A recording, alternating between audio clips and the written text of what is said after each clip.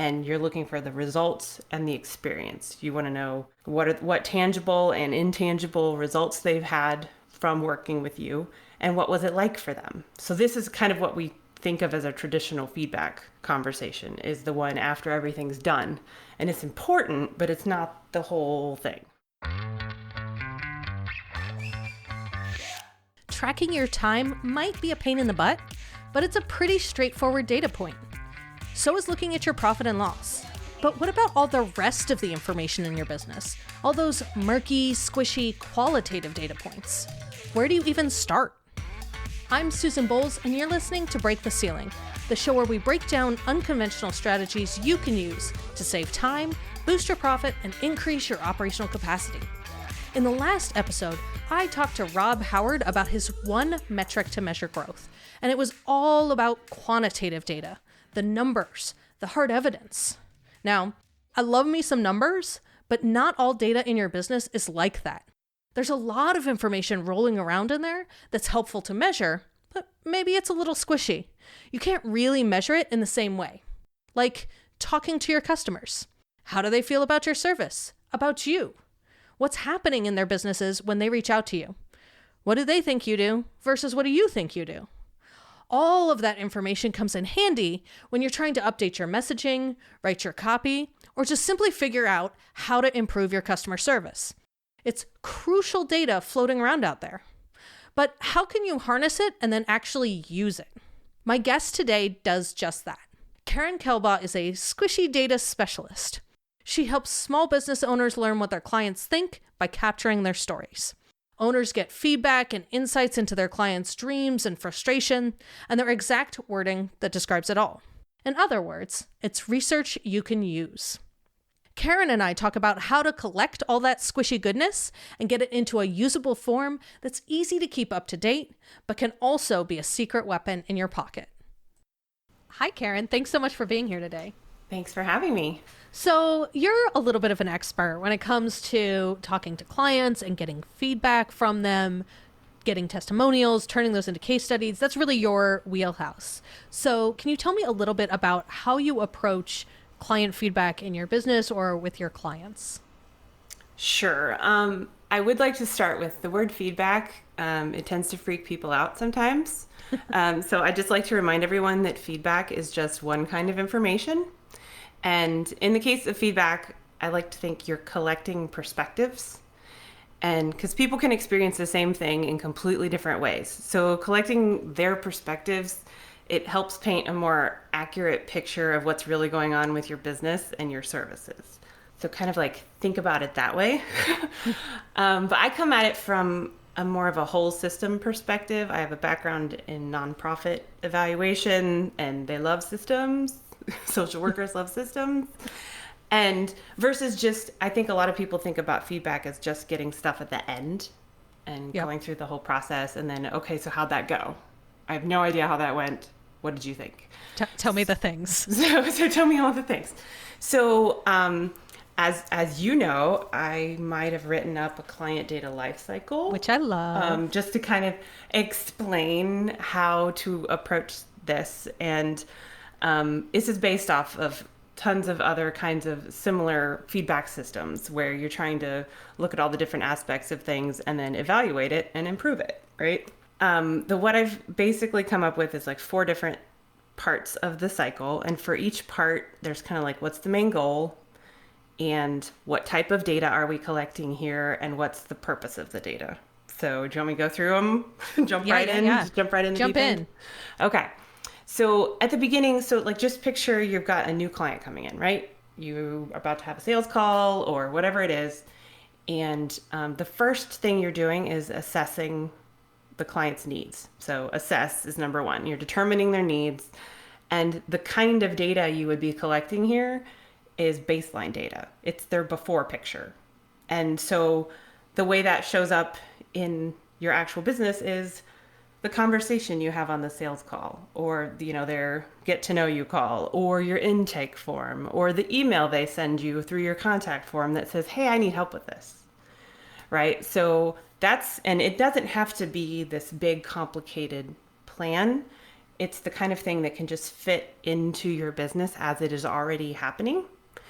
And but so that's number one. You're just like, okay, so what's the before picture? And then we move on from there to the part of the cycle that I just call monitor. And that's when you're actually delivering the service or the product.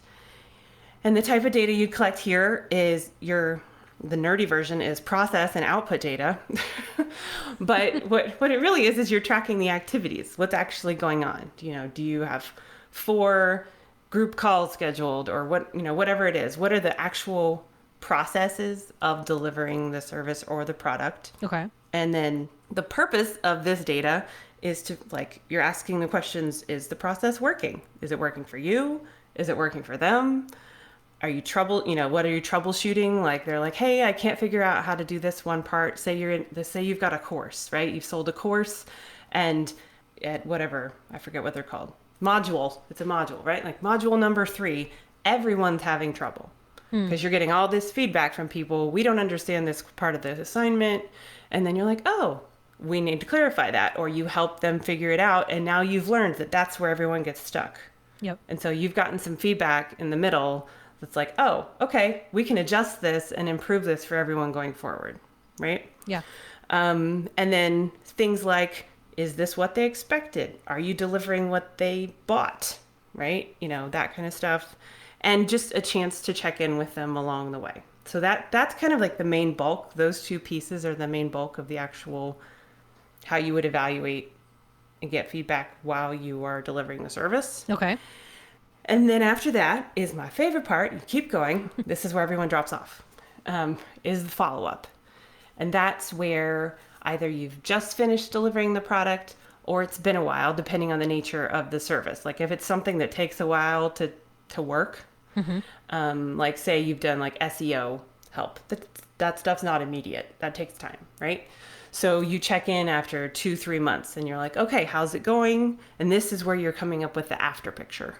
And you're looking for the results and the experience. You want to know what tangible and intangible results they've had from working with you, and what was it like for them. So this is kind of what we think of as a traditional feedback conversation, is the one after everything's done.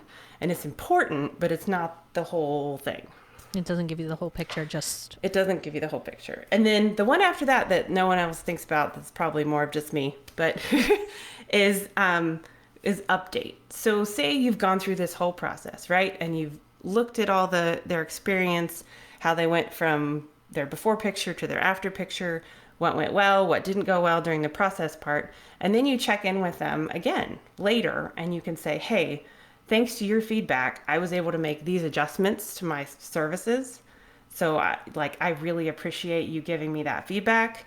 And then you can also, it gives you an opportunity to continue your relationship with them, to ask for referrals, to just say, hey, can I be of service to you in any other way? So it's kind of more of a relationship building piece, but that's really important. I really think people overlook that part of it, but that's kind of the whole cycle. And then it starts again because they're like, there is a way you can help me. I have this other problem now. And you're like, oh, okay, well, let's start back at the top of the cycle. So. I love that. So it's my big nerdy data life cycle. So. I love your nerdy life cycle. I'm a nerd too. So in real life, kind of what does that cycle look like for somebody looking to kind of put this into practice in their own consulting business or at their own agency? What kind of steps would you recommend? How do they implement that kind of thing?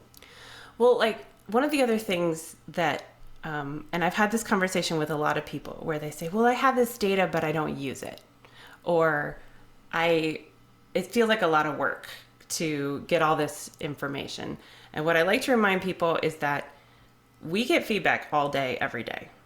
Like, we're humans. We get feedback on everything. We get feedback on whether the recipe we made tastes good or not. We get all kinds of feedback, and we're used to synthesizing it quickly and integrating it into our lives and moving on. So I like to let people think about the fact, what are you already doing in your business that actually counts as feedback? Like, are you getting, like I said at the beginning, are you getting intake forms? Are you having sales conversations? That's already feedback. And are you checking in with your clients once a week to see how things are going? That's feedback because they're giving you, hey, it's going well. I need help with this. I need help with that. And then are you following up with them at the end? You are probably doing most of the things you need to be doing to get that feedback. You're just not systematizing it and keeping a record of it so that then you can reference it later. So I'm trying to think of a good example. So say you've got a consulting business and you're doing all of those things, right? You've got an intake form. I don't know if you know Heidi Taylor. I don't.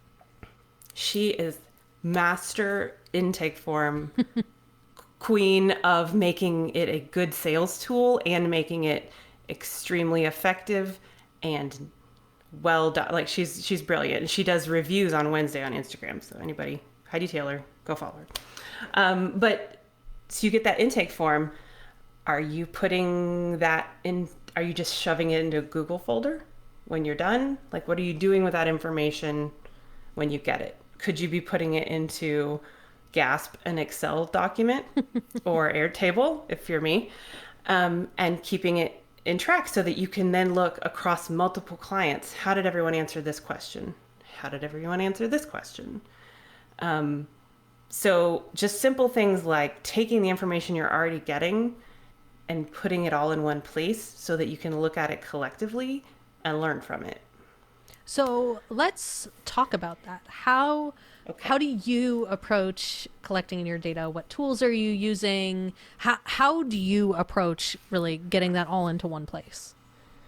Okay, so my favorite tool for this most of the time is Airtable, which if you're not familiar with it, it's like if Excel and Microsoft Access had a baby and it were pretty and it connected to the internet. And it worked well. I hate Access. I hate Access. Access is like a dark tunnel. Like you just go down dark tunnels and you never know how to get back out. It's one of those where it was so useful when it came out. When it was the only option. This amazing thing that now I'm like, it just feels so cumbersome when you have something like Airtable that's so flexible and easy. Exactly. So, but the way I use Airtable is I create like a feedback toolbox is what I call mine.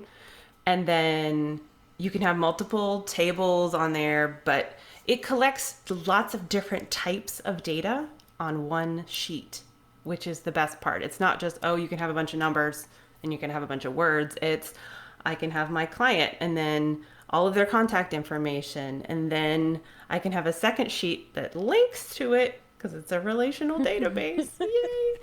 And on the second sheet might be just quotes from them. So I might have a screen grab from something they said on social media that was nice about me. Or I might have a quote from an email where they reacted to something I sent them. Like this might be in the general, and then on the next line, I would categorize that as like quotes or testimonials. And then you can categorize the data that you put into there. So trying to think. So a typical thing like I would do for a client or when I'm gathering data from one of my own clients is I would do an interview and then I would get that interview transcribed. And then the other tool that I use is, we're going full nerd here, qualitative coding, which is basically going through and categorizing the text in a document. Or for me, it would be a transcript. So I'll go through, and the tool I use is Dovetail. And they're geared more towards like larger organizations with research departments, but it works well for me because it lets you upload, you can copy and paste a transcript, and then I can highlight things and then tag all over the place. I just finished a 40-hour qualitative coding job on a big project. So I'm fully in there. But I go through and I tag them as if I'm thinking like a copywriter or thinking like a marketer who wants to be able to use this going forward. So I might go through and tag a transcript with things like problem, benefits, struggle, quotables. Like if there's just a zinger of a quote that you're like, oh, this needs to be somewhere. Like this is too good. And so I'll tag that, like these are really good quotables. Or this one talks about the experience they had working with me, right? So then I put all that data into Airtable And when it's time to write copy, or in an ideal world, send it to my copywriter, who can then go, oh, you've done all the research. You have all the information I need to write your sales page. Perfect. That sounds... Does that answer your question? That does. That sounds like a fabulous way. Where, if somebody were going to maybe not go deep into transcripts, but, you know, kind of get a basic start of how do they start tracking this thing, what would you suggest? Just Airtable and start grabbing some quotes from your emails? Where do they start?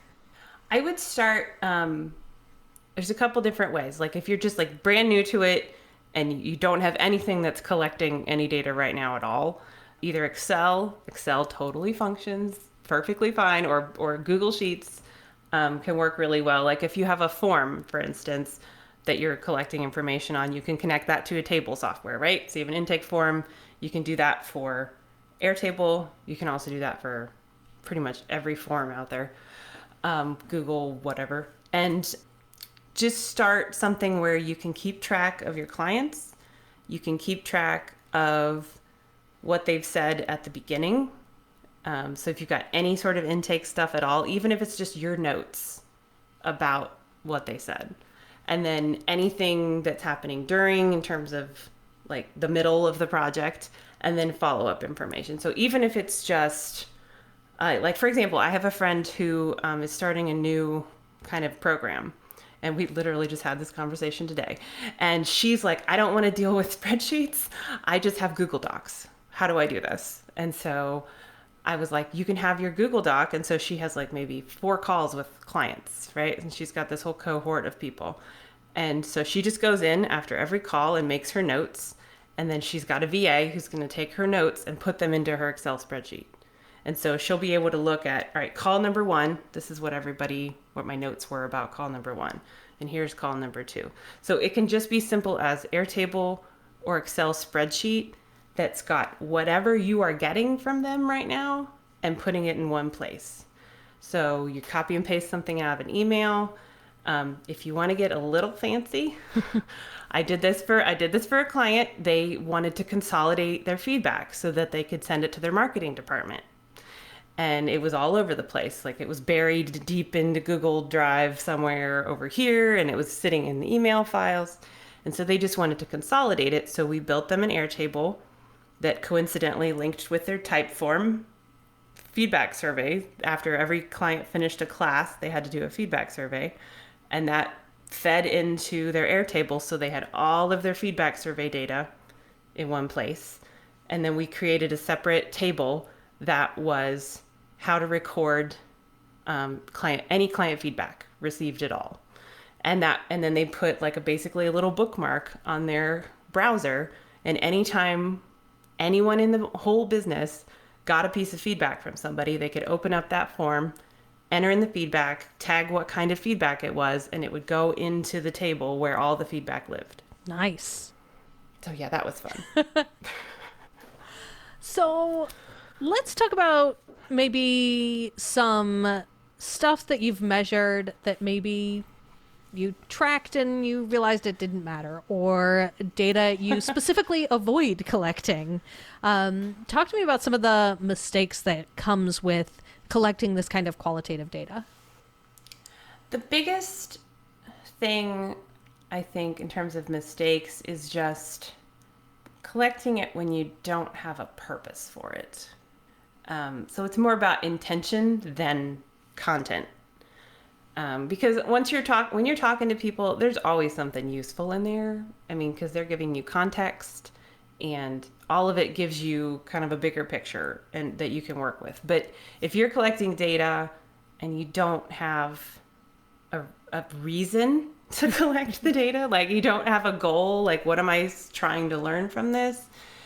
Then what generally tends to happen is that you just waste a lot of time because you're just collecting stuff, but you're not actually looking at it and you're not making use of it. So it's less, I don't know. I don't feel like mistakes are failing to act on the data versus collecting the wrong stuff. If I could twist your question to my will and make it go over here.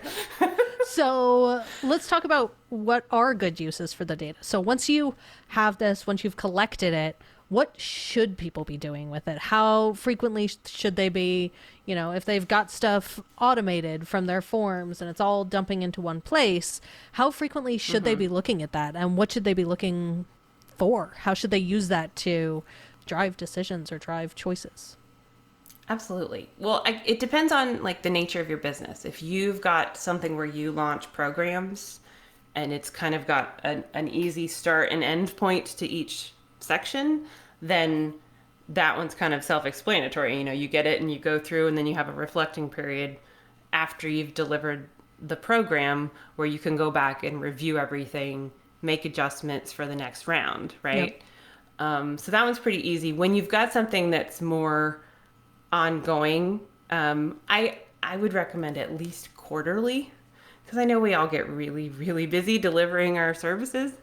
But I would say at least quarterly, just checking in, and you're going to go in there once you realize how useful all that data is, you'll go in there more often. So anytime you are trying to fill up your social media feed with content, right? You're trying to plan out your next 3 months of social media posts, and you need quotes from your clients or questions to answer in email, you go back to that content and you're like, well, this is what my clients are talking about.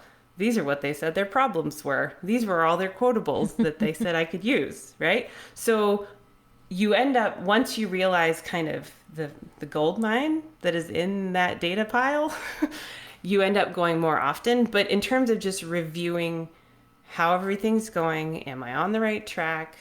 Are there problems that I maybe didn't notice because I was so busy delivering everything? I just want to review. Do I need to follow up with people? It's also, it's kind of a thing where you go back and you're like, oh, Jill said she was going to be working on this next. I should check in with her and see how it's going. So there's all kinds of things that happen after you go back and review it. But I would definitely say at least quarterly. Okay. So how have you seen this type of collection and review? How have you seen that impact actual businesses? What are the results of kind of taking the initiative to follow the feedback lifecycle and actually do all of these touch points? How have you seen it impact either your business or a client's business? Talk to me about the impact. Yeah. So it's the tricky thing about, and I will say this, it is hard to do this 100% awesome all the time. Most people, it takes a long time to kind of build this in to where it's something we automatically do, because it is a new kind of way of approaching your business. Most of us are just trying to okay, I just need more clients. I need to do my job. I'm here, you're putting out a million fires. So it can take time to actually implement all of this stuff and to remember to look at it and remember that it's there and all of that. Some of the immediate benefits, though, of starting to approach feedback gathering and information gathering from your clients like this is that it sets the expectation at the beginning of your relationship with them that this is how you do business. And so it's probably more of a relationship benefit to start than anything else, because you're like, okay, I'm going to do this whole thing and I'm going to collect stuff and we're going to have check-ins. And then you tell them that when you're starting, you're like, okay, so I want to make sure that you're having a good experience throughout this whole process. So we're going to do a monthly check-in call that's not about the work we're doing, but just to see if if your experience is going okay, if there's any feedback you have for me, anything you need help with. And then you go and you execute that throughout the plan. You're like, oh, and we're also going to have, at least one kind of debrief or a follow-up call after we're done, just to make sure you've got all your questions answered and everything like that. So you set that expectation from the beginning, then they have that expectation that you're receptive to feedback and care about their experience. And so from the start, it builds trust with them that you are the kind of person who cares enough to measure this stuff all throughout, and that you're kind of more working together towards mutual success instead of just you sold them something, you're going to deliver it and be done. So from the very beginning, that's kind of like the immediate benefit is that expectation. It also helps remove the awkward for all of my wonderful friends who hate asking for feedback. So that leads directly into my next question about format for feedback. Have you found differences in like sending them, a form that they can just type into and submit versus doing in-person interviews versus having somebody else ask the questions for you? Have you found that there's a way that's better? Or I know for all of us, like asking for feedback is really difficult. And I think it's sometimes very difficult for people to be completely honest with us when they have to say it right to our faces, especially if it's not so great. Like it's one thing if they're like, oh, you're fabulous or amazing. It's a lot harder to tell somebody like, hey, the project didn't go exactly the way that I wanted it to, and I would have liked you to do XYZ. Right. Yes. We're all like terrified that and convinced that all feedback is going to be this horrible, like, oh my gosh, like they're gonna no, they're not going to. They're not going to throw you under the bus most of the time. You can usually see that stuff coming, red flags, way earlier in your relationship with them. So there are multiple ways to collect feedback, and I think they all have their place. I knew you were going to be like, it depends. What Tara's favorite answer for things. It depends. So I think the third-party piece is definitely good if you're not used to collecting feedback and you kind of need to ease into it. Having someone else do some initial interviews for you can definitely introduce you to, okay, this is what they said, and now we can discuss it without you having to be there and not react. And especially if you're very, and I know we're all emotionally attached to our businesses, but if you're really emotionally attached to the content you put out or the service you delivered, and you're just afraid that someone's going to tell you your baby is ugly, and you're like, I can't handle this, it can be really helpful to have a third party do that because they're impartial. They're going to ask, they're going to keep digging when someone says something potentially negative. They're going to go, tell me more about that. And they're going to get to the bottom of the story, whereas you might just run away screaming and change the subject. So third party interviews and research definitely have their place in getting more information than you might have dug for yourself. And it eliminates any awkwardness in telling what people were really thinking. So that one, especially if you're just like, I don't want to do this, you can hire somebody else. And a lot of my clients have, I mean, that's what I'm here, I'm doing that. And then they see the data and we go through it and they'll watch the videos and read the transcripts and they'll be like, oh, I just got some popcorn and just watched people said nice things about me for 2 hours. I was like, yeah, isn't it nice? It's really not that scary. And so some people, it's just the time intensiveness, it takes a lot of time to do that kind of stuff. And they don't want to slow down and do it. And it helps relieve any awkward feelings and apprehension. So that one's really good for that. But we can totally do it ourselves. I have done my own interviews. It can be weird at first, but when you realize that the information you're getting, it's not really about you. It's about them and their situation. This is their perspective of how your business helped them. And they're working through their business and their life. And once you start to really internalize that awareness, it becomes, you feel more like a journalist who's digging for a story and less like someone who's getting reviewed at like a job review or something, right? Yep. And then in terms of surveys and forms, they can be really useful, but it totally depends on the volume of your clients. So if one way to start that is maybe talk to a few people in person and do interviews, and then you kind of get a better sense of what questions you could ask of everyone else that would give you the same information. And then you can create a form that you could send out to the rest of your clients that will get you basically, congruent answers or all the kind of information you need from everyone else, but you don't actually have to talk to everyone else. So you do a little bit of qualitative, and then you send out that form that can get the large volume of information. Okay. That makes sense. Okay. So before we kind of wrap up this conversation, is there anything you think we should talk about that we haven't yet? Okay. So you talked earlier about like what metrics I track for my business or, mistakes I've made or anything like that. And I've thought about like if there were going to be a thing that I tracked qualitatively that mattered the most to my business, and that would be what triggers people for me, when my business, what triggers people to need data, when they realized, oh, I need testimonials, or oh, I need to talk to my clients, or what is it, the thing that triggered them to need that. And that has helped me focus my efforts on talking to those people. So in terms of things I've learned from my own clients over time, and then I can use that to inform my marketing and focus what I'm doing. So does that make sense? I'm sorry. That makes sense. Weird. So, for your specific business, it really matters when the trigger for people to hire you is they need data all of a sudden. They need this qualitative data. They're redoing their website, or they all of a sudden need new case studies, or they need testimonials, or they're launching a new program. And so that's the piece that for you is the most important, is really what is going on in their business that prompts them to hire you.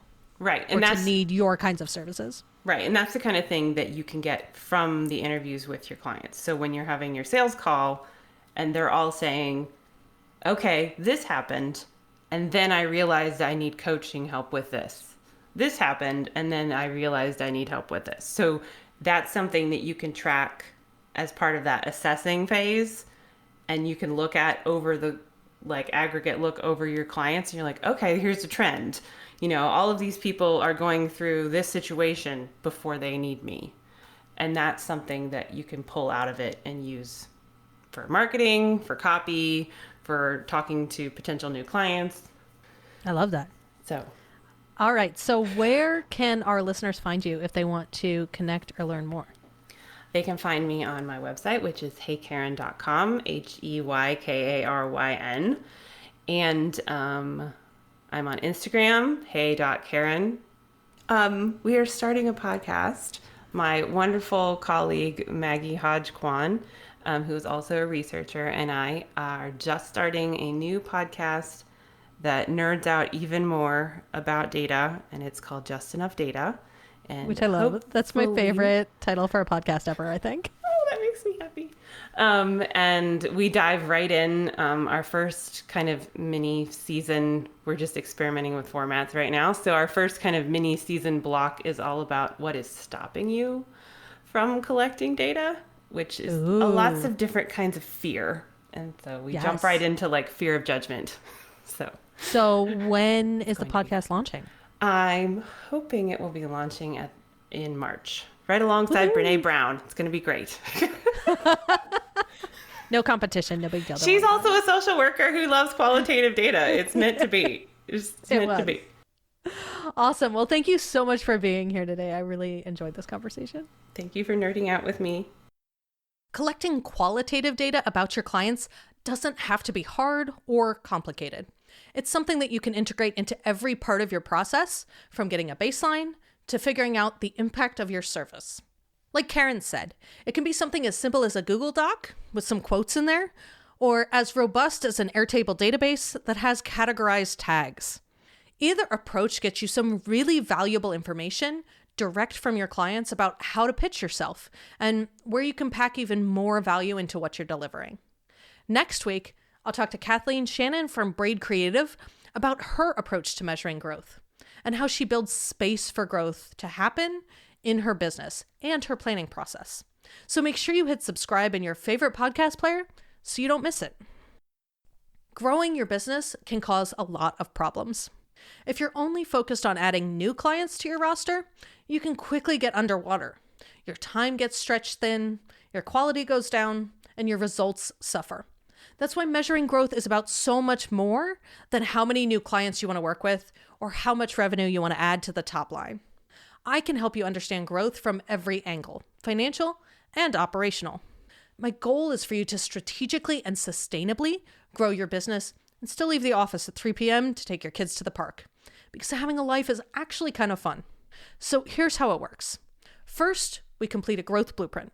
That lays out exactly what you need to do to make growth possible for your company again. It's a deep dive into your business operations and financial health. And together we'll go over your business goals and your vision for the future of the business. Then we'll map out where you're getting stuck and figure out which parts of your system are blocking your growth. Then we'll enter the ramp-up phase. I'll get to work setting up the necessary foundations to fix your business. This often includes implementing new software, defining your processes, and starting to make changes. Then finally, we enter the growth advisory and continual improvement phase. This is where the real magic happens. I'll handle your finances and software systems so you can focus on selling into your new capacity and giving your clients the best possible service. With a continual focus on improving and streamlining, your business will be able to handle whatever you can throw at it. Ready to learn more? I'd love to learn about your business and where you're stuck when it comes to growth. Shoot me an email. I'm Susan@scalespark.co, and we'll set up a time to talk. I'd love to help you plan for strategic and sustainable growth without sacrificing your time, your quality, or your results. Break the Ceiling is produced by Yellow House Media. Our production coordinator is Sean McMullen. This episode was edited by Marty Seefeld with production assistance by Kristen Runvik.